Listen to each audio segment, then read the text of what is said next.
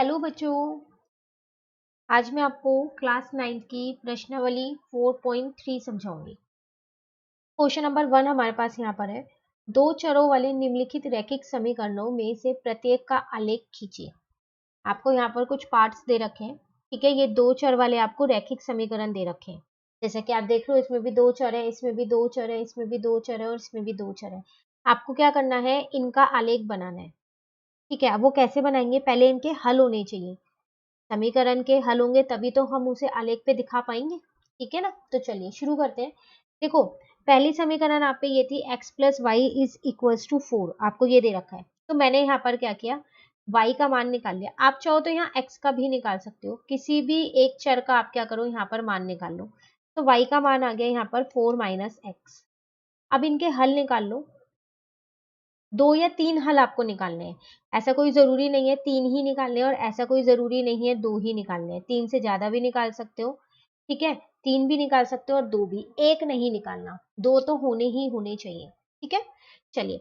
अब अगर मैं यहाँ पर देखूं, अगर मैं यहाँ x का मान 0 रखती हूँ तो y का मान 4 आएगा। एक में मैं आपको रख के दिखा देती हूँ यहाँ पर। तो मैंने क्या किया, यहाँ पर x की जगह पर 0 रख दिया, तो मेरा y का मान कितना आ गया, यहाँ पर 4 आ गया। तो जब x का मान 0 रखा तो y का मान कितना निकल के आ गया, 4। अब अगर मैं x का मान यहाँ पर 1 रखती हूँ तो y का मान मेरे पास निकल के आ जाएगा 3। ठीक है, अब अगर मैं यहाँ पर x का मान कितना 2 रखती हूँ तो y का मान कितना निकल के आ जाएगा, 2। ठीक है, तो आपको पहले ऐसे हल निकालने हैं, दो या तीन हल आपको निकालने हैं। अब आपको क्या करना है, यहाँ पर y और x अक्ष बनाना है।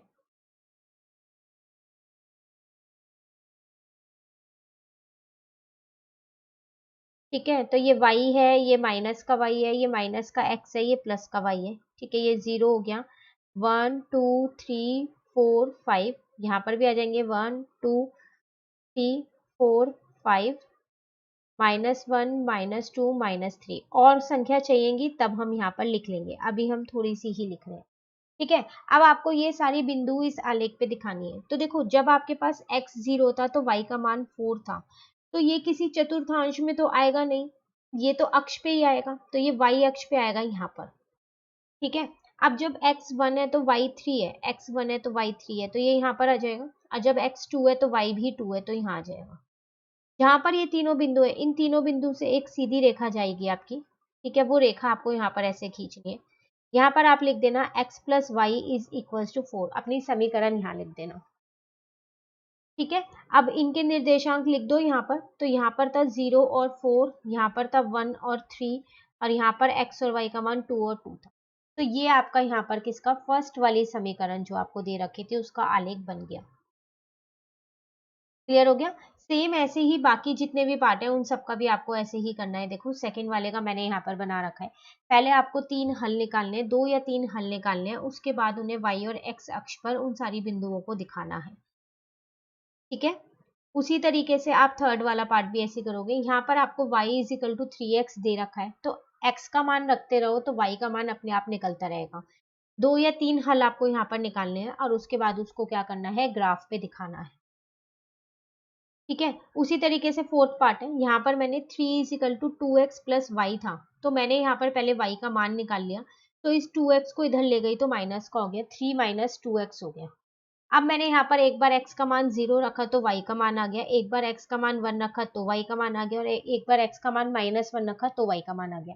ऐसा कोई जरूरी नहीं है कि हमेशा जो भी आप मान रखोगे वो प्लस वाला ही रखो, आप माइनस वाला भी रख सकते हो। ठीक है, तो ये आपका यहाँ पर क्या बन गया, उसका आलेख बन गया। क्लियर हो गया आपका क्वेश्चन नंबर 1। चलिए आते हैं क्वेश्चन नंबर 2 पे। क्वेश्चन 2 में आपसे कह रहा है, बिंदु 2,14 से होकर जाने वाली दो रेखाओं के समीकरण लिखिए। इस प्रकार की और कितनी रेखाएं हो सकती हैं और क्यों। देखो, यहाँ पर ना अब आपको दो बिंदु दे रखे हैं, एक बिंदु दे रखे है 2 और 4, उसके निर्देशांक दे रखे हैं। आपसे कह रहा है कि आप मुझे इससे दो रेखाएं ऐसी बताओ, दो रेखाओं के समीकरण लिखने हैं। मतलब वो दोनों जो रेखा है ना वो इसी बिंदु से जा रही हो। ठीक है, और उसके बाद कह रहा है ऐसी और कितनी रेखाएं हो सकती हैं जिनके ये हल होंगे। ये ना एक तरीके से आपको हल दे रखा है। आपने देखा अभी हमने फर्स्ट क्वेश्चन में क्या किया, हमें समीकरण दे रखी थी और हल हमने निकाले थे, यही किया था ना। यहाँ पर पता है क्या, हम लोगों को ना हल दे रखा है और समीकरण हमको बनानी है। तो ये 2 और 4 तो बहुत सारी रेखाओं के समीकरण हो सकते हैं ना। पहले तो हमें 2 समीकरण वो बनानी है, उसके बाद बतानी है कितनी और रेखाएं ऐसी हो सकती हैं। चलिए यहाँ पर देखते हैं।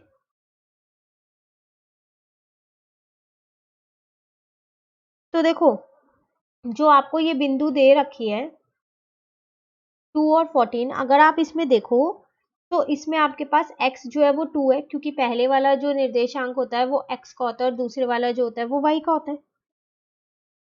ठीक है, अब आपको 2 समीकरण बनानी है जो इन बिंदुओं से जाए। तो एक समीकरण आप बना लो, x plus y is equals to 16। अब ये कैसे मैंने बनाया, क्योंकि देखो 2 और 14 जब आप इन्हें जोड़ोगे तो 16 आएगा। तो मैंने एक बार इन्हें जोड़ दिया और एक बार इनको क्या किया, दोनों को घटा दिया, तो मेरा -12 आ जाएगा। तो ये 2 समीकरण जो मुझे बनानी थी वो ये आ गई।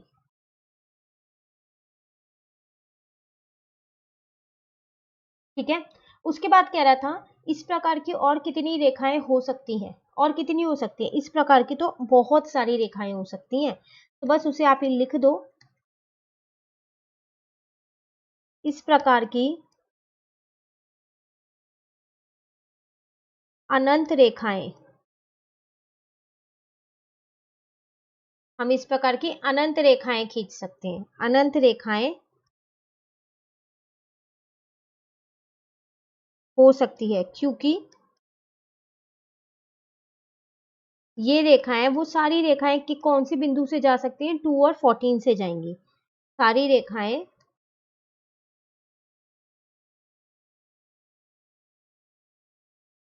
एक ही बिंदु 2 और 14 से गुजरेंगी। ठीक है, तो कितनी रेखाएं हो सकती हैं जिनके ये हल होंगे 2 और 14, ऐसी तो बहुत सारी रेखाएं हो सकती हैं। क्लियर, तो ये था क्वेश्चन 2। चलिए क्वेश्चन 3 पे आते हैं। कह रहा है यदि बिंदु 3 और 4 समीकरण, एक समीकरण आपको दे रखा है कि आलेख पर स्थित है तो ए का मान ज्ञात कीजिए। अब देखो, आपको एक बिंदु दे रखी है और एक समीकरण दे रखी है। आपसे क्या कह रहा है, जो इस समीकरण का जब आप आलेख बनाओगे तो एक रेखा बन के आएगी, क्योंकि आपको पता है कि 2 चर वाली जो रैखिक समीकरण होती हैं उनका जब आप आलेख बनाते हो तो एक सीधी रेखा आती है। तो जो वो सीधी रेखा बन के आएगी उस पे जितनी भी बिंदु होंगी वो सारी उस रेखा, उस समीकरण के हल होंगे, है ना। तो एक हल आपको दे रखा है और आपसे कह रहा है ए का मान बताओ। इसका मतलब आपको पता है ये जो 3 और 4 है ना, ये एक्स और वाई का मान दे रखा है आपको। तो अब तो आप बता सकते हो ए का मान, एक्स और वाई का मान इसके अंदर रख दो। कैसे निकालेंगे देखो। तो पहली बात तो आपको समीकरण दे रखी थी यहाँ पर 3y is equals to a x plus 7। ठीक है, एक बिंदु आपको दे रखी थी, वो बिंदु आपके पास यहाँ पर थी 3 और 4। इसमें अगर हम देखें तो x का मान हमारे पास 3 है और y का मान हमारे पास कितना है, 4 है। ठीक है, बस इस समीकरण में रख दो। y की जगह मैंने 4 रख दिया, a ऐसी है, x की जगह मैंने 3 रख दिया, प्लस का 7 ऐसी है। तो 3 4 जो है तो 12 हो गया, यहाँ पर हो गया 3a प्लस का 7। तो 12 माइनस का 7 इज इक्वल्स टू 3 हो गया। तो 5 इज इक्वल्स टू 3 हो गया। a की वैल्यू यहाँ से मेरे पास आ गई 5/3 और a का ही मान मुझे इसमें ज्ञात करना था। ठीक है, चलिए क्वेश्चन नंबर 4 पे आते हैं। कह रहा है एक नगर में टैक्सी का किराया निम्नलिखित है। पहले किलोमीटर का किराया 8 रुपए है और उसके बाद की दूरी के लिए प्रति किलोमीटर का किराया 5 रुपए है। यदि तय की गई दूरी x किलोमीटर हो और कुल किराया y रुपए हो तो इसका एक आलेख, रैखिक समीकरण लिखिए और उसका आलेख खींचिए। देखो, आपसे यहाँ क्वेश्चन में क्या कह रहा है, आपको ना एक नगर में टैक्सी है, उसका किराया बता रखा है। कैसे, अगर आप 1 किलोमीटर जाओगे ना तो पहले किलोमीटर का किराया फिक्स है, उसमें 8 ही रुपए लगने वाला है। अब उसके बाद आप जितने भी किलोमीटर जाओगे ना तो पर किलोमीटर मतलब हर एक किलोमीटर के हिसाब से किराया लगेगा। जैसे अगर मैं आपको एक उदाहरण दूं कि हम 5 किलोमीटर गए, तो इसमें से जो पहला किलोमीटर था उसका किराया फिक्स था कि 8 रुपए लगेगा। तो बचे कितने किलोमीटर आपके पास, 5 में से आप क्या कर दोगे, इस एक को माइनस कर दोगे तो आपके पास बचे 4। अब जो 4 किलोमीटर का किराया है वो कैसे लगेगा, वो हर किलोमीटर के हिसाब से लगेगा। ठीक है, तो यहाँ पर लिखा था आपके पास और उसके बाद की दूरी तय करने के लिए प्रति किलोमीटर का 5 रुपए। तो 1 किलोमीटर का 5 रुपए, तो 4 किलोमीटर का कितना होगा, 4 × 5 करूंगी तो 20 रुपीज। तो टोटल किराया आपने कितना दिया, 8 रुपए तो पहले किलोमीटर के लिए दिया और 20 रुपए आपने बाकी के 4 किलोमीटर के लिए दिया, तो कुल मिला के आपने 28 रुपए दिए होंगे किराए के। समझ में आया ये उदाहरण। अब इसी उदाहरण में आप हम अपने क्वेश्चन को देखते हैं। तो वो हमसे यहाँ पर कह रहा था कि यदि तय की गई दूरी x किलोमीटर है, अब जो उन्होंने दूरी तय की है वो x है, हमने तो 5 मानी थी, चलो अब उसको x मान लेते हैं। तो आगे तय की गई दूरी x है, ये मेरा कुल किराया है, जितना किराया मेरा यहाँ पर लगा था। ठीक है, अब आगे वो कह रहा है और कुल किराया y है, जो कुल किराया यहाँ पर लगेगा वो y है, ये मुझे दे रखा है, पर मुझे ये नहीं दे रखे। तो देखो पहले किलोमीटर को तो इसके अंदर भी फिक्स ही होगा ना, 8 रुपए लगने वाला है। ठीक है, तो 8 तो फिक्स है, अब ये वाला नहीं पता, तो बाकी के किलोमीटर कितने बचे। अभी मैंने 5 में से 1 को माइनस किया था, तो अब मैं क्या करती हूँ, x में से 1 को माइनस कर देती हूँ, जितना भी आएगा उसमें प्रति लीटर के हिसाब से 5 रुपए है। तो इन दोनों को जब मैं जोड़ दूंगी तो ये मेरा किराया आ जाएगा, यही आएगा ना। तो वही चीज हमने यहाँ पर हम क्या करेंगे, इसे समीकरण के रूप में लिख देंगे। देखो अब लिखेंगे कैसे। सबसे पहली बात तो लिख देते हैं कि तय की गई दूरी कितनी माननी थी हमको, x माननी थी, वो क्वेश्चन में दी गई है हमको। ठीक है, तो तय की गई दूरी आपके पास है x किलोमीटर। अब कुल किराया अगर हम देखें यहाँ पर, तो कुल किराया है हमारे पास y। ठीक है, अब अगर अपने हम प्रश्न के अनुसार देखें तो यहाँ पर y जो कुल किराया है वो किसके बराबर होगा, पहले किलोमीटर के तो 8 रुपए लगेंगे और बाकी के किलोमीटर कितने बचे, x-1 बचे और उसके कितने रुपए लग रहे हैं, 5 रुपए। यही किया हमने, 8 रुपए में इसको जोड़ेंगे तो y तो आएगा, जैसे इस 8 रुपए में इस 20 रुपए को जोड़ा था तभी तो 28 आया था किराया, तो वही चीज मैंने यहाँ पर कर दी। तो y is equal to 8 plus यहाँ पर आ गया 5x माइनस का 5। ठीक है, तो y is equal to 3 plus 5x आ गया। तो समीकरण तो चलो हमारी बन गई, हमको एक समीकरण बनानी थी वो बन गई। अब हमारे को इसको आलेख पे भी दिखाना है, इसका मतलब इसके हल निकालने पड़ेंगे। तो x और y यहाँ पर ले लेते हैं, तो 3 हल हम यहाँ पर निकाल लेते हैं। ठीक है, तो एक बार मैंने क्या किया, मैंने x को 0 रख लिया तो y का मान 3 आ गया। एक बार x को मैंने क्या किया, यहाँ पर -1 रखा तो y का मान -2 आ जाएगा। एक बार x की जगह पर मैंने क्या किया, यहाँ पर 0 तो रख लिया, -1 भी रख लिया, -2 1 रख लेते हैं, चलो ऐसा करते हैं 1 रखेंगे तो यहाँ पर 8 आ जाएगा। ठीक है, अब इसको दिखाते हैं, तो चलो x और y अक्ष बनाते हैं दोनों हम यहाँ पर।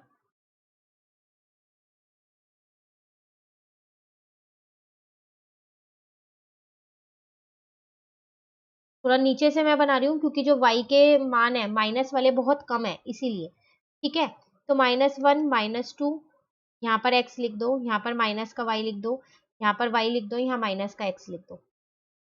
अब यहाँ पर आप लिखो 1 2 3 4 5 6, 1 2 3 4 5 6 7 8 9 10, -1 -2 -3 -4 -5। ठीक है ना। अब जो जो ये बिंदु है इनको यहाँ पर दिखाते हैं। x 0 था तो y मेरा 3 था, तो यहाँ पर आएगा क्योंकि वो अक्ष पे आएगा, किसी चतुर्थांश में नहीं आएगा। x-1 है तो y-2 है तो यहाँ पर आ जाएगा वो। x1 है तो y 8 है तो यहाँ पर कहीं आएगा। अब इन तीनों बिंदु को जोड़ दो आप, जब आप इन तीनों बिंदु को जोड़ोगे तो आपकी एक सीधी रेखा खींचेगी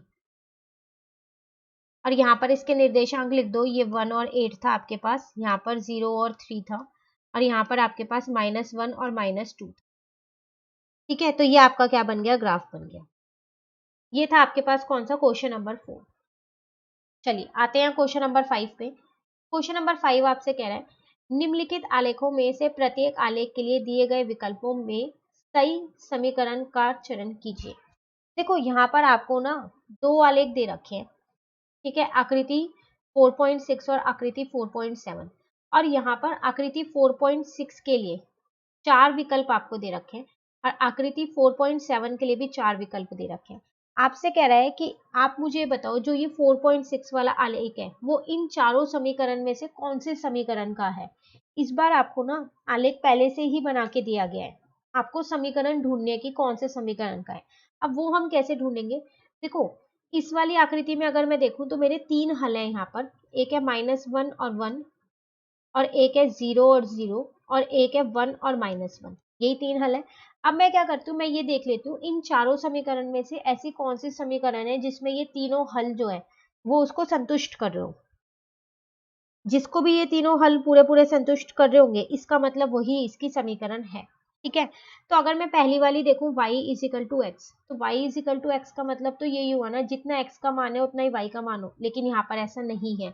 ये x का मान है, ये y का मान है, ये x का मान है, ये y का मान है, और ये x का मान है, ये y का मान है। तो आप देख रहे हो सिर्फ ये वाला हल जो है वो इसमें लग पा रहा है, बाकी ये दोनों नहीं लग पा रहे, तो पहली समीकरण तो होगी ही नहीं। अब अगर हम बात करें दूसरी समीकरण की x plus y is equal to 0, तो चलो इसको रख के देख लेते हैं यहाँ पर।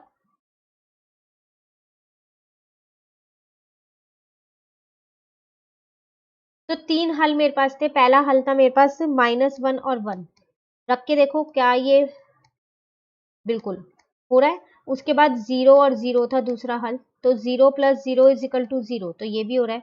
उसके बाद 1 और -1 था मेरे पास, तो 1 प्लस ब्रैकेट में -1 इज इक्वल टू 0, तो 1 -1 इज इक्वल टू 0, तो इसका मतलब 0 इज इक्वल टू 0, तो ये भी हो रहा है, ये भी हो रहा है, और ये भी। तीनों हल इस वाले समीकरण में लग रहे हैं, ये इस समीकरण के ही तीनों हल हैं, इसका मतलब यही इसका आंसर है। अगर आप बाकी के दो देखोगे तो उसमें ये तीनों में से एक भी नहीं लग रहे। पहली बात तो तीनों ही लगने चाहिए, कोई एक लग रहा है तब भी जरूरी नहीं है वो उसका वो वाली समीकरण होगी, नहीं, तीनों जो हल दे रखे हैं वो होने चाहिए संतुष्ट। ठीक है, चलिए आकृति 4.7 में देखते हैं, फिर वही चार समीकरण दे रखी है। हल अगर मैं यहाँ पर देखूं तो आपको एक दे रखा है -1 और 3, और एक आपको दे रखा है 0 और 2, और एक आपको दे रखा है 2 और 0, ये दे रखे हैं। अब देखते हैं कौन सी समीकरण में ये लगने वाले हैं। तो अगर मैं पहली समीकरण की बात करूं तो y is equal to x plus 2 है। चलो इसमें पहला ये वाला हल रख के देख लेती हूँ, y की जगह 3 रखती हूँ, x की जगह -1 रखती हूँ, +2, तो 3 + 1 नॉट इक्वल टू है, तो ये वाला नहीं है। ठीक है, दूसरे में रख के देखते हैं, चलो ये पहले वाले में मैंने रख के देखा, दूसरे वाले में रख के देखते हैं, y is equal to x minus 2 है, तो y की जगह 3 रख दिया, x की जगह -1 रख दिया, -2 ऐसी है, 3 जो है वो नॉट इक्वल टू है -3 के, बराबर नहीं है, तो ये वाली भी समीकरण नहीं है। ठीक है, अब हम क्या करते हैं, तीसरे में रख के देखते हैं यहाँ पर। तो जब तीसरी मैंने लिखी y is equal to -x+2, तो y की जगह 3 लिखा, x की जगह -1 लिखा, ये +2 ऐसी है, 3 is equal to 1+2, 3 is equal to 3। पहले वाला हल तो इसमें लग रहा है। दूसरा देखते हैं 0 और 2, अब बाकी के भी तो चेक करने पड़ेंगे वो लग रहे हैं या नहीं लग रहे। ठीक है, तो अब इसको हम यहाँ पर चेक कर लेते हैं फिर। तो आपके पास क्या था, थर्ड वाली थी ना, y is equal to -x+2, तो एक तो हमने वहीं पर ही देख लिया था। अब हम देखते हैं 0 और 2, तो y की जगह 2 रखते हैं, x की जगह 0 रखते हैं, और +2, तो 2 इज इक्वल टू 2, ये भी हो रहा है। ठीक है, एक हल हमारे पास क्या था, एक हल था 2 और 0, देख लो यही था ना 2 और 0, तो इस बार y की जगह 0 रखते हैं और x की जगह 2 रखते हैं, तो 0 इज इक्वल टू 0, ये भी हो रहा है। इसका मतलब यही वाली समीकरण है इन हल की। ठीक है, इसको देखने की फिर जरूरत ही नहीं है। समझ आ गया क्वेश्चन नंबर 5। चलिए क्वेश्चन नंबर 6 पे आते हैं। क्वेश्चन नंबर 6 आपसे कह रहे हैं एक अचर बल लगने पर एक पिंड द्वारा किए गए कार्य पिंड द्वारा तय की गई दूरी के अनुक्रमानुपाती होता है। इस कथन को दो चर वाले एक समीकरण के रूप में व्यक्त कीजिए और अचर बल 5 मात्रिक लेके इसका आलेख खींचिए। यदि पिंड द्वारा तय की गई दूरी, दो पार्ट आपको यहाँ दे रखे हैं, हो तो आलेख से किए हुए कार्य ज्ञात कीजिए। देखो यहाँ पर क्वेश्चन आपके पास है क्या, यहाँ आपसे कह रहे हैं एक अचर बल लगने पर, तो क्या हो रहा है, जो पिंड जो कार्य कर रहा है वो जो उसकी अचर बल जो था ना उसकी जो दूरी तय की गई है उससे बराबर है, मतलब अगर एक बढ़ रहा है तो दूसरा बढ़ेगा। अनुक्रमानुपाती का मतलब होता है कि सेम दिशा में जाना, या तो दोनों बढ़ रहे होंगे या दोनों घट रहे होंगे। ठीक है, और जो आपके पास यहाँ पर अचर बल था वो आपको दे रखा है 5 यूनिट, मतलब 5 मात्रक है। ठीक है। तो ये आपको बता रखा है जो पिंड जो कार्य कर रहा है वो उसकी जो दूरी है वो दोनों जो है एक बराबर है, मतलब एक ही दिशा में जा रहे हैं, या तो दोनों बढ़ेंगे या दोनों घटेंगे। तो आपको क्या करना है, इसका एक समीकरण बनाना है पहले एक, और उसके बाद उसका आलेख खींचना है। आलेख खींचने के बाद आपको दो पार्ट यहाँ दे रखे हैं, उन आलेख में से इन दोनों पार्ट के उत्तर निकालने हैं। ठीक है, तो करेंगे कैसे क्वेश्चन, देखो यहाँ पर आसान सा क्वेश्चन है। हमने यहाँ क्या किया, मान लिया, माना किया गया कार्य जो है वो आपके पास y है। ठीक है, वो मैंने y मान लिया, आप इसको x भी मान सकते हो। अब पिंड दोबारा विस्थापन वो मैंने x मान लिया। अचर बल मुझे पहले से ही दे रखा है, वो मेरा 5 है। ठीक है, अब देखो एक मेरे पास सूत्र होता है यहाँ पर, किया गया कार्य जो है वो किसके बराबर होता है, मेरे पास जो बल है वो, और उसको गुना किससे कर देते हैं, विस्थापन से। तो बल मेरे पास यहाँ पर कितना है, 5 है, इसको मैंने x माना है और किए गए कार्य को मैंने y माना है, तो y is equal to 5x। ये मेरी समीकरण बन गई। जैसे ही मेरी समीकरण बन गई, मैं क्या करूंगी, इसके 3 हल निकाल लूंगी ताकि मैं इसको आलेख पे दिखा सकूं, का आलेख बना सकूं। तो जब एक बार मैं क्या करूंगी, यहाँ पर एक बार मैं x को 0 ले लेती हूँ, ठीक है, तो y भी मेरा 0 आ जाएगा। एक बार x को 1 ले लेती हूँ तो y 5 आ जाएगा। एक बार x को -1 ले लेती हूँ तो y -5 आ जाएगा। ठीक है ना, अब इसका आलेख बनाते हैं।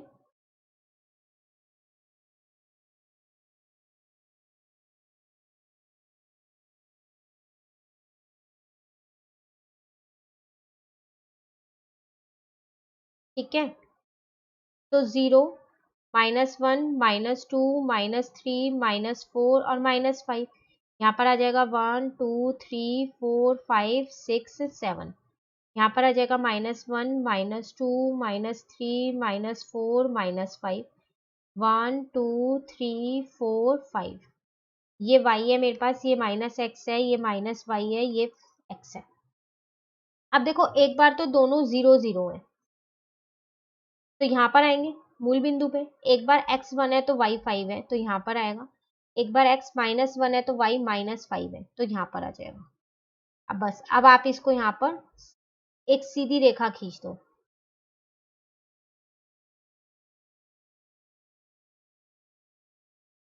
जो इन बिंदुओं से होकर ही जाएगी। ठीक है, ये बन गया आपका आलेख। अब इसके बाद आपसे दो चीजें और पूछ रहा था, वो क्या पूछ रहा था यहाँ पर, यदि पिंड द्वारा तय की गई दूरी, दूरी आपको दे रखी है 2 और 0, तो आपको उसका कार्य निकालना है। ठीक है, तो अगर आप ध्यान से देखो तो आपने दूरी को माना क्या था, पिंड द्वारा तय की गई दूरी आपने यहाँ पर जो थी वो आपने मानी थी x, तो कार्य आपको मतलब y आपको निकालना है। चलो यहाँ पर निकालते हैं।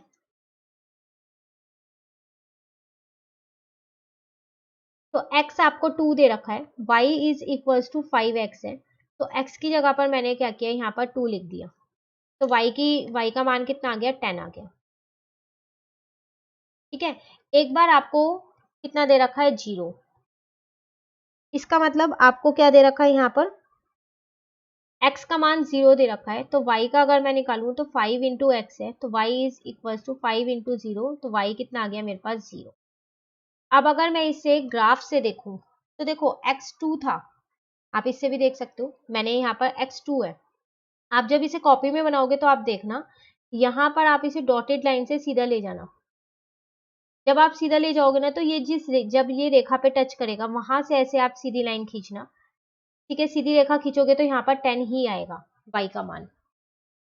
यहाँ पर जहाँ टच हो रहा हो वहीं सीधी रेखा खींचना आप। ठीक है, यहाँ पर मैंने 10 तक लिए नहीं है और इन्हें बिल्कुल माप के नहीं बनाया, इसलिए मेरा सही नहीं है, लेकिन आप ऐसे भी देख सकते हो अपना आंसर आलेख से भी। ठीक है, चलिए नेक्स्ट क्वेश्चन पे आते हैं, क्वेश्चन नंबर 7 पे। इस क्वेश्चन में आपसे कह रहा है, एक विद्यालय की कक्षा 9वीं की छात्राएं यामिनी और फातिमा ने मिलकर भूकंप पीड़ित व्यक्तियों की सहायता के लिए प्रधानमंत्री राहत कोष में 100 रुपए अंशदान दिए एक रैखिक समीकरण लिखिए जो इन आंकड़ों को संतुष्ट करती हो। ठीक है, आपको यहाँ पर क्या कह रहा, एक विद्यालय में 9वीं कक्षा में 2 लड़कियां हैं, यामिनी और फातिमा। इन्होंने क्या किया, जो भूकंप से पीड़ित लोग थे ना, उन लोगों के लिए कुछ पैसे दिए। तो दोनों ने मिला के 100 रुपए दिए, यामिनी ने और फातिमा ने मिला के 100 रुपए दिए। अब मुझे ये नहीं पता कि यामिनी ने कितने दिए और फातिमा ने कितने दिए। ऐसा भी हो सकता है कि दोनों ने 50-50 दिए, 50-50 रुपए। और ऐसा भी हो सकता है कि यामिनी ने 60 दिए और फातिमा ने 40 दिए। और ऐसा भी हो सकता है कि फातिमा ने 60 दिए और यामिनी ने 40 दिए। तो ऐसे तो बहुत सारे आंकड़े इनमें हो सकते हैं, पर मुझे ये पता है बस इन दोनों ने मिला के 100 रुपए दिए। तो आपको इसका एक रैखिक समीकरण लिखनी है। ठीक है, और उसके बाद क्या करना है, उसका आलेख बनाना है। क्वेश्चन आपको समझ में आ गया? चलिए अब यहाँ पर हम मान लेते हैं पहले।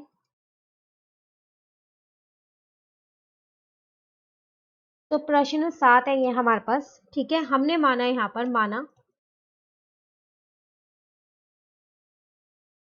यामिनी ने कितना योगदान दिया, वो दिया उसने x। ठीक है, और एक और लड़की थी फातिमा,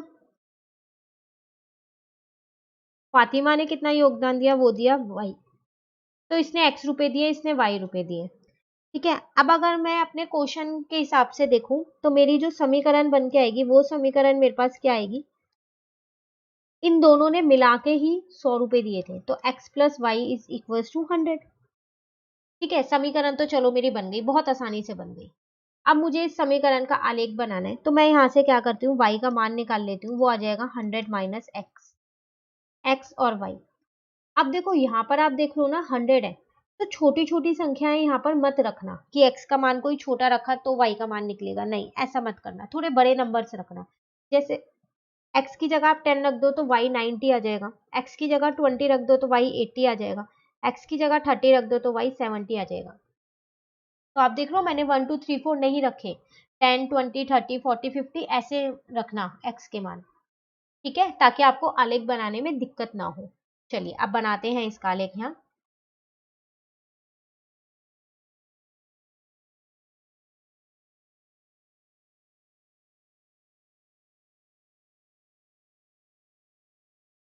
ठीक है, 0, ये आपके पास y है, ये आपके पास x है, ये माइनस x है, ये माइनस y है।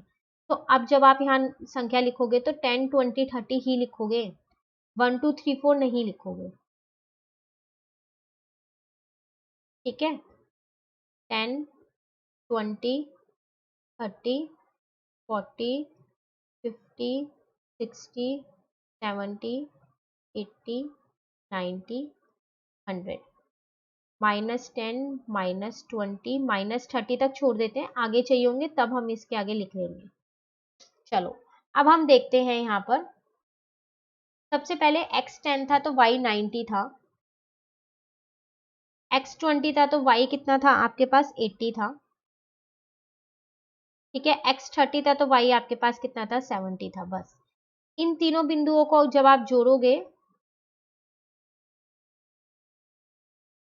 तो आपकी एक सीधी रेखा खिंच जाएगी यहाँ पर। ठीक है, ये आपके पास आ गई x plus y is equal to 100 की। यहाँ पर लिख देना कि जब x 30 था तो y 70 था, x 20 था तो y 80 था और x 10 था तो y 90 था। ये बन गया आपका कौन से क्वेश्चन का आलेख, क्वेश्चन नंबर 7 का। क्लियर है क्वेश्चन? लास्ट क्वेश्चन पे आ गए हम, क्वेश्चन नंबर 8 पे, फिर हमारी ये प्रश्नावली जो है वो खत्म हो जाएगी। क्वेश्चन नंबर 8 है हमारे पास, अमेरिका और कनाडा जैसे देश में तापमान फ़ारेनहाइट में मापा जाता है, जबकि भारत जैसे देशों में तापमान सेल्सियस में मापा जाता है। यदि फ़ारेनहाइट को सेल्सियस में रूपित करने वाला एक रैखिक समीकरण दिया गया है। देखो आपको यहाँ पर कह रहा है कि जैसे अमेरिका और कनाडा अगर हम लें, ऐसे देशों में जो तापमान है ना वो फ़ारेनहाइट में मापा जाता है। लेकिन अगर हम भारत की बात करें तो वहां पर जो तापमान है वो सेल्सियस में मापा जाता है। दोनों ही तापमान को मापने के लिए इस्तेमाल होती है, फ़ारेनहाइट भी और सेल्सियस भी। तो आपको यहाँ पर एक रैखिक समीकरण दे रखी है। ये वैसे भी सेल्सियस से फ़ारेनहाइट में जाने का एक सूत्र होता है, जो यहाँ पर आपको समीकरण के रूप में दे दिया है। ठीक है, अब आपसे यहाँ पर कुछ पार्ट दे रखे हैं, उनके हल मांग रहा है आपसे। कह रहा है सेल्सियस को x अक्ष और फ़ारेनहाइट को y अक्ष मान के ऊपर दिए गए रैखिक समीकरण का आलेख खींचे। अब आपको इसका आलेख बनाना है, तो आप क्या करना, सेल्सियस को एक्स अक्ष पे रखना और फ़ारेनहाइट को वाई अक्ष पे रखना। अब फिर इसका आलेख खींचिए। तो आलेख खींचने के लिए आपके पास 2 या 3 हल भी तो होने चाहिए, आलेख तो तभी खींचोगे ना, है ना। तो चलो पहले हम इसके क्या करते हैं, 2 या 3 हल निकाल लेते हैं फिर, ठीक है। तो यहाँ पर पहले इसको लिखते हैं। तो आपको यहाँ दे रखा था जो फ़ारेनहाइट था वो कितना था आपके पास, 9/5, ठीक है, सेल्सियस प्लस 32, यही दे रखा था। तो अब इनके हल निकालने के लिए आपको वो कह रहा था कि x को आपको क्या मानना है, सेल्सियस, और फ़ारेनहाइट को आपको y मानना है। तो सेल्सियस और फ़ारेनहाइट के पहले एक का मान रखती हूँ, दूसरे का अपने आप ही निकल जाएगा, ठीक है ना। अब मैंने क्या किया, यहाँ पर c की जगह मैंने 10 रख दिया। तो जब 10 रखेंगे तो देखो, एक मैं आपको यहाँ हल करके दिखा रही हूँ, ये इंटू में मैंने c की जगह यहाँ पर 10 रख दिया है, ठीक है। इसको इससे काटा तो यहाँ पर 2 आ गया। तो फ़ारेनहाइट कितना आ गया मेरे पास, 2 9 जा 18 प्लस 32, इन दोनों को प्लस करूंगी तो मेरे पास 50 आ जाएगा। तो यहाँ पर आ गया 50। ऐसे उसी तरीके से एक बार मैंने ये 20 रख दिया तो ये 68 आ गया, एक बार मैंने ये 30 रख दिया तो ये 86 आ गया, ठीक है। अब इसका आलेख बनाना है, तो वो कैसे हम यहाँ पर बनाएंगे, देखो।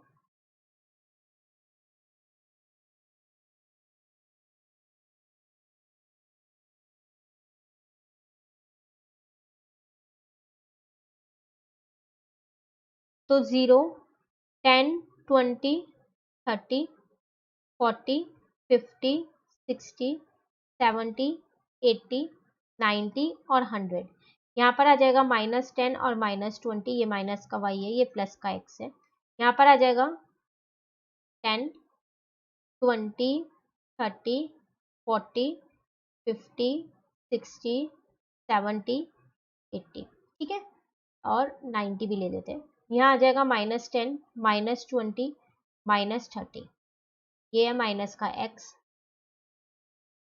ये है y। अब चलो देखते हैं इन बिंदुओं को इस पे रख के। तो जब C, देखो अब यहाँ पर आप क्या करोगे, जब आप आलेख इसका बना रहे हो तो आपको पता है ना कि y को आपको f लेना है, ठीक है, और x को जो है आपको वो क्या लेना है, c लेना है, सेल्सियस लेना है। तो याद रखना है इस चीज को आप, ठीक है। अब अगर हम यहाँ देखें तो c 10 है तो f 50 है, तो इसका मतलब 10 और 50 यहाँ कहीं आएंगे, ठीक है। ये 10 थोड़ा सा ना आप इधर को बनाना, यहाँ को बनाना 10, ठीक है। तो यहाँ पर आ जाएंगे।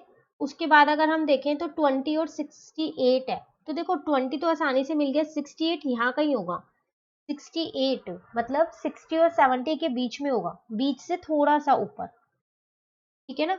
उसके बाद आपके पास है 30 और 86, सेम वही 30 तो मिल गया है, 86 यहाँ कहीं आएगा, 85 से थोड़ा सा ऊपर। बस इन तीनों बिंदुओं को आप क्या करना है, जोड़ देना। जब आप इन तीनों बिंदुओं को जोड़ोगे तो आपकी एक सीधी रेखा जाएगी, ठीक है। और यहाँ पर आप वो सब लिख देना, ये 10 और 50 था आपके पास, ठीक है, ये आपके पास 20 था तो 68 था, और यहाँ पर आपके पास 30 था तो कितना था, 86 था।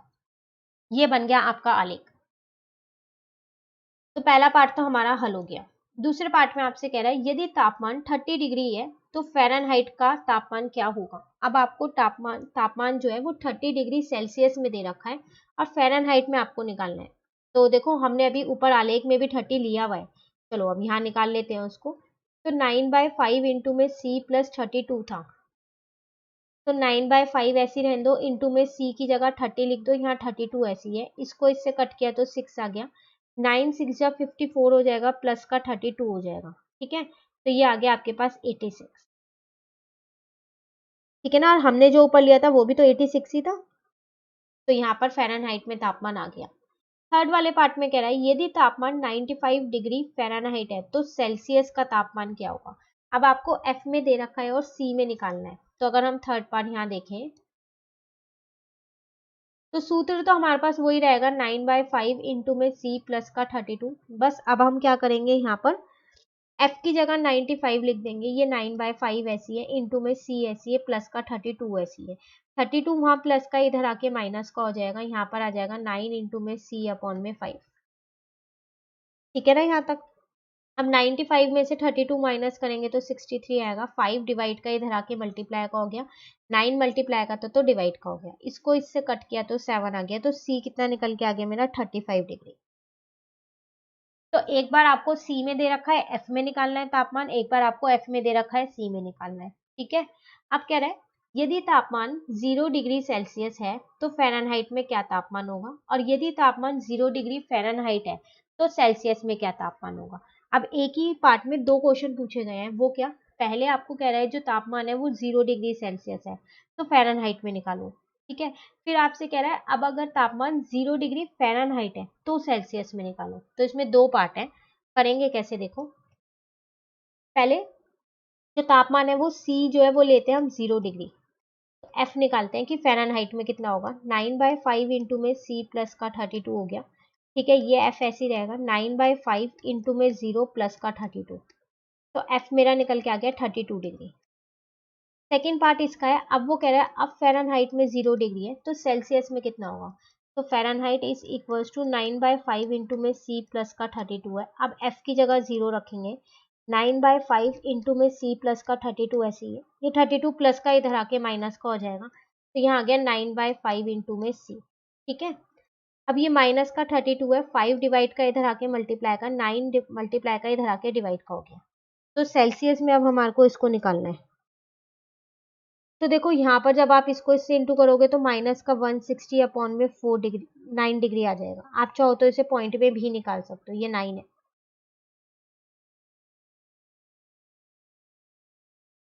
ठीक है यहाँ तक, चलिए 132 3 इन